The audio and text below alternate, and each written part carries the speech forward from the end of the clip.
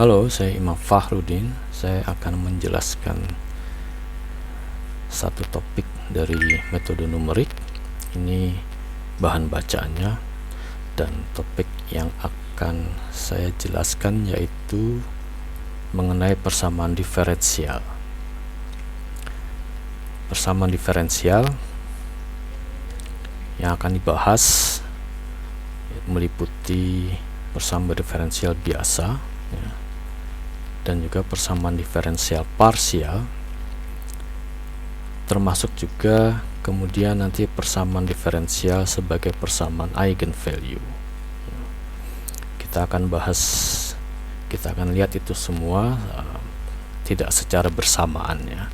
Pada kesempatan kali ini kita akan lihat persamaan diferensial biasa. Ada dua kasus yang akan ditunjukkan, yaitu kasus dengan syarat awal dan kasus dengan syarat batas. Sedikit catatan, ini maknanya secara khusus dalam pembahasan di sini adalah syarat awal yang dimaksud itu, katakanlah kita bertemu dengan persamaan diferensial yang harus dicari solusinya. Sebagai informasi tambahan, diberikan nilai solusi tersebut di satu titik tertentu, dan itu disebut sebagai syarat awal. Berangkat dari nilai tersebut, kita harus mencari nilai solusi persamaan diferensial itu di titik-titik lainnya. Itu yang dimaksud dengan kasus persamaan diferensial dengan syarat awal. Kemudian pada kasus yang kedua, persamaan diferensial dengan syarat batas.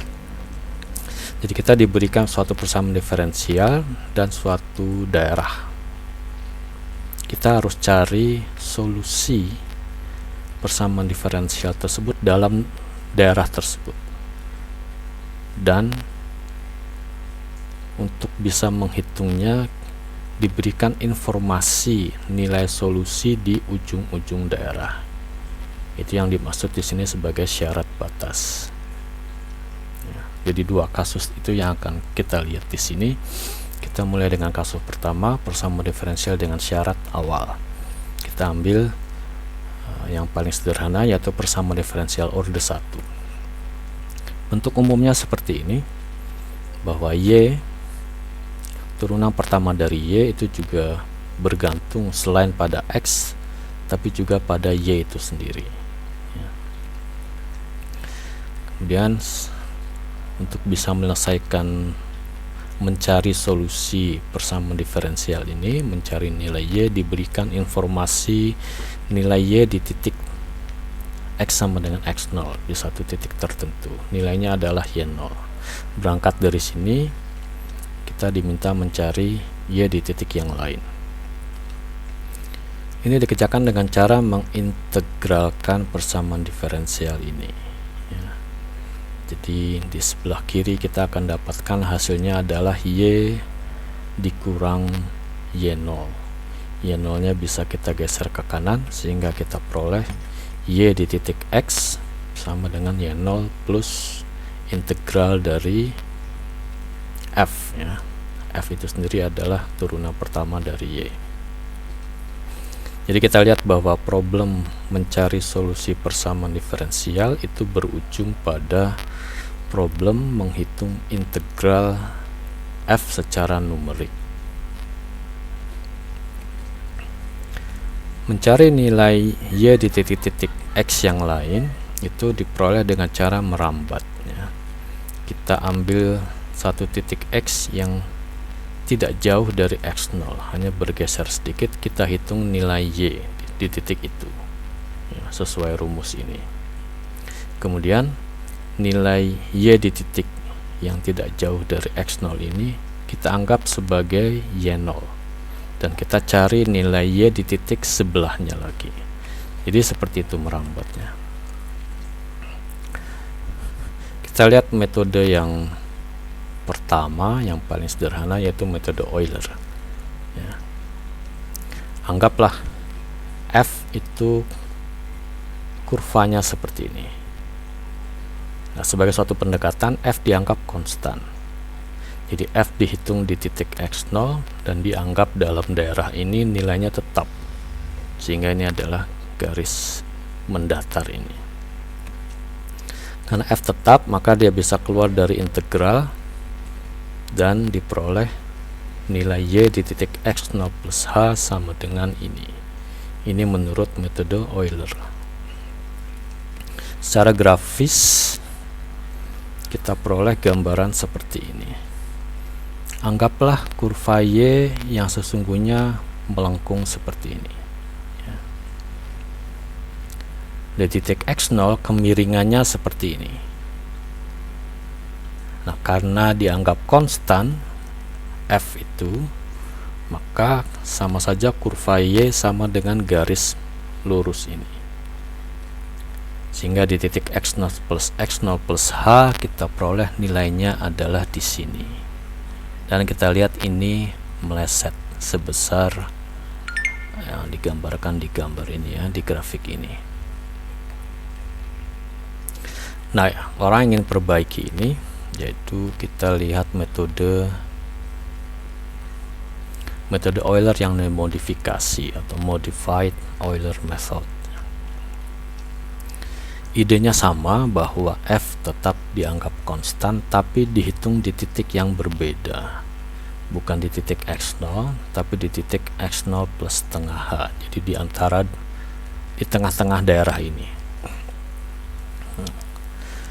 Ada masalah di sini, yaitu untuk menghitung F di titik X0 plus setengah H kita harus tahu nilai Y di titik X0 plus setengah H. Padahal kita tidak tahu fungsi Y seperti apa. Jadi nilai Y di titik X0 plus setengah H diperoleh secara pendekatan menggunakan metode Euler yang sebelumnya kita sudah lihat. Jadi diperoleh seperti ini. Dan ini dimasukkan ke dalam F sebagai argumen, sehingga kita peroleh rumus metode Euler yang dimodifikasi seperti dalam kotak ini. Di sini kita terapkan metode Euler yang biasa, sehingga diperoleh Y di titik X0 plus setengah H adalah ini. Secara grafis sekarang kita lihat hasil yang lebih baik. Jadi ini adalah gradien atau garis singgung kurva Y di titik X0 plus setengah H, dan karena garis singgung itu dianggap konstan seperti ditunjukkan di sini, maka kurva Y juga dianggap sama dengan garis lurus ini, sehingga di titik X0 plus setengah H diperoleh hasil yang tidak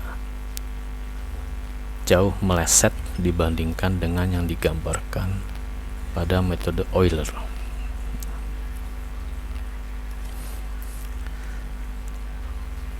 Berikutnya orang kembangkan lagi metode Euler yang lebih baik, improve Euler method, yaitu bahwa fungsi F yang konstan dianggap konstan itu dihitung dengan cara merata-ratakan. Jadi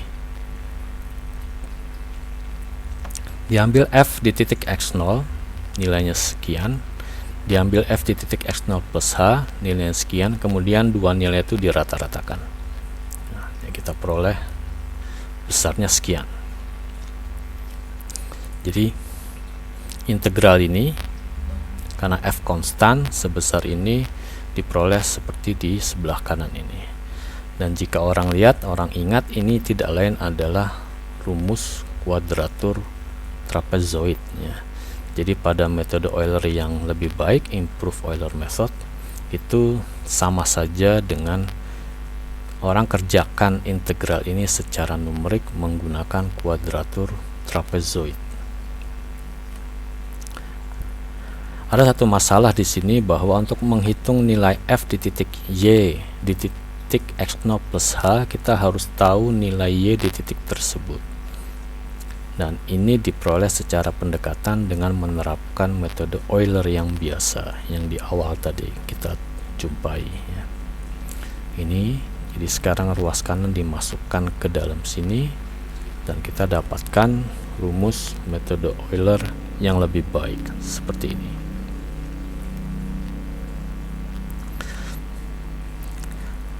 Oke, metode Euler yang kita lihat sebelumnya itu ada 3, yang biasa, yang modified, dan yang improve. Itu tidak lain adalah sesungguhnya semuanya masuk dalam kelompok metode Runge-Kutta ya. Jadi metode Runge-Kutta digambarkan seperti ini ya. Ini diperoleh dari turunannya dari nilai f, itu ordernya akan ditentukan berdasarkan suku koreksinya ya. Jadi metode Euler yang biasa itu merupakan metode Runge-Kutta order 1.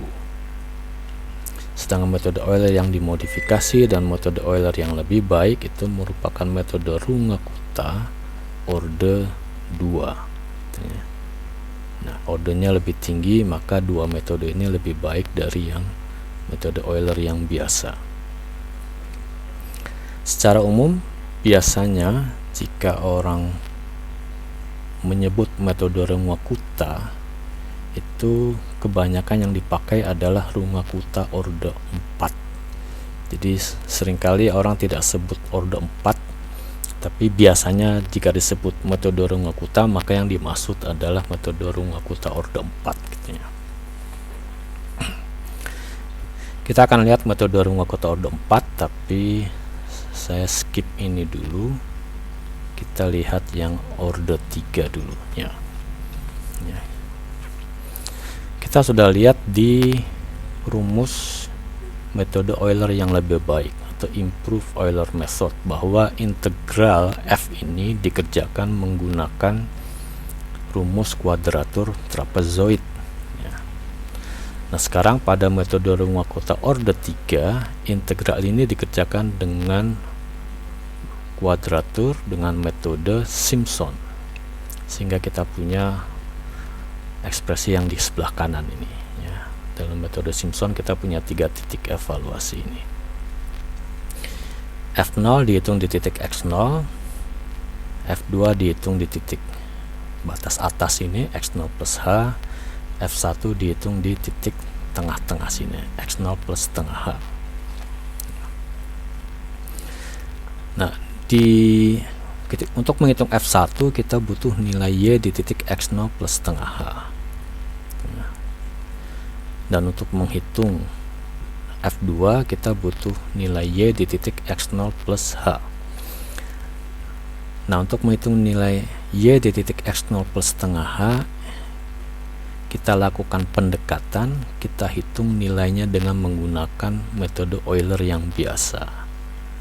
Sedangkan untuk menghitung nilai Y di titik X0 plus H, kita ambil metode Euler yang dimodifikasi.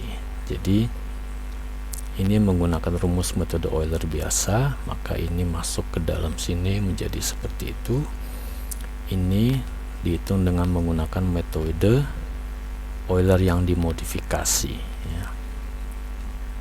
Jadi diperoleh nilai F2 seperti ini. Jadi kita lihat nilai F itu diperoleh secara berurutan ya, bahwa untuk menghitung F1 kita butuhkan F0 di sini, dan untuk menghitung F2 kita butuhkan F1. Jadi dari syarat awal kita ketahui ya 0, kemudian kita bisa hitung F0. Setelah tahu F0 kita bisa hitung F1. Setelah tahu F1 kita bisa hitung F2. Kemudian itu semua dimasukkan ke sini dan kita peroleh nilai Y di titik X0 plus H. Ini adalah rumus metode Runge-Kutta order 3. Sekarang kita lihat metode Runge-Kutta order 4 yang paling banyak dipakai ya. Di sini juga digunakan rumus kuadratur Simpson ya untuk menghitung integral f. Namun bedanya, suku kedua ini, suku di titik tengah ini itu dipecah menjadi 2. Nah, jadi F0 dihitung di titik X0, F1 dihitung di titik X0 plus setengah H, begitu juga F2 dihitung di titik X0 plus setengah H, dan F3 dihitung di titik X0 plus H. Pertanyaannya, apa beda F1 dari F2 ini? Karena dihitung di titik yang sama.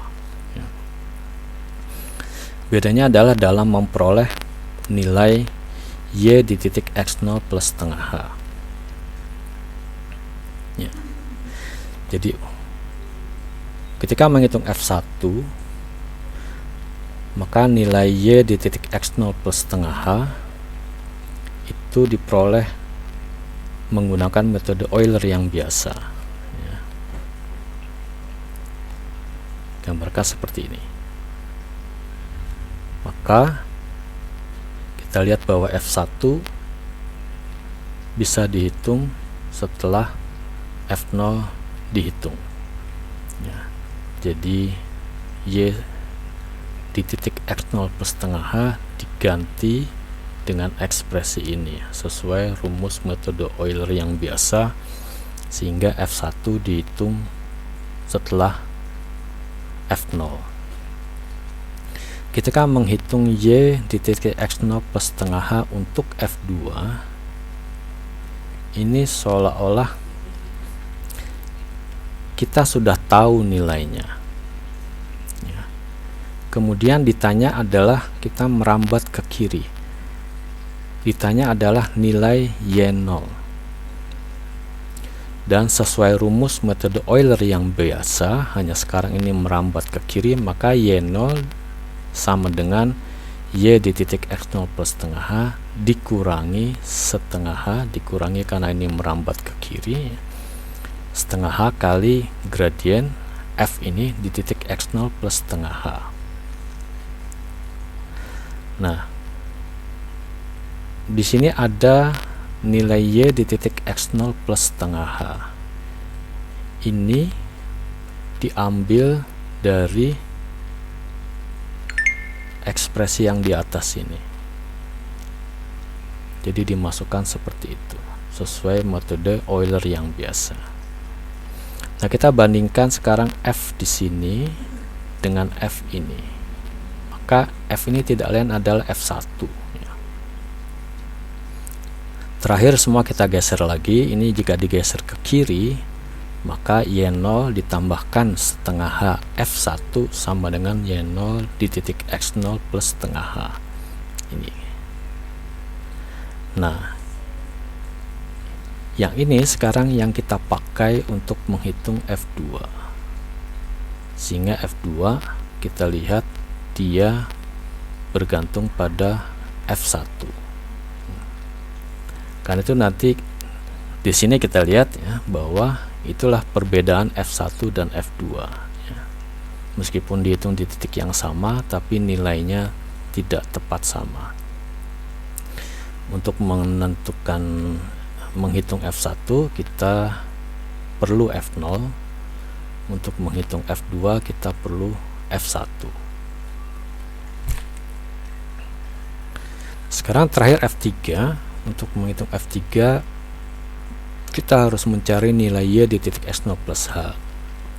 Di sini digunakan metode Euler yang dimodifikasi ya. Jadi diperoleh bahwa Y di titik X0 plus H itu akan bergantung pada F2, sehingga F3 kita dapatkan bergantung pada F2. Jadi urutannya seperti itu ya. Ini adalah rumus metode Runge-Kutta-Orde 4 yang paling banyak dipakai.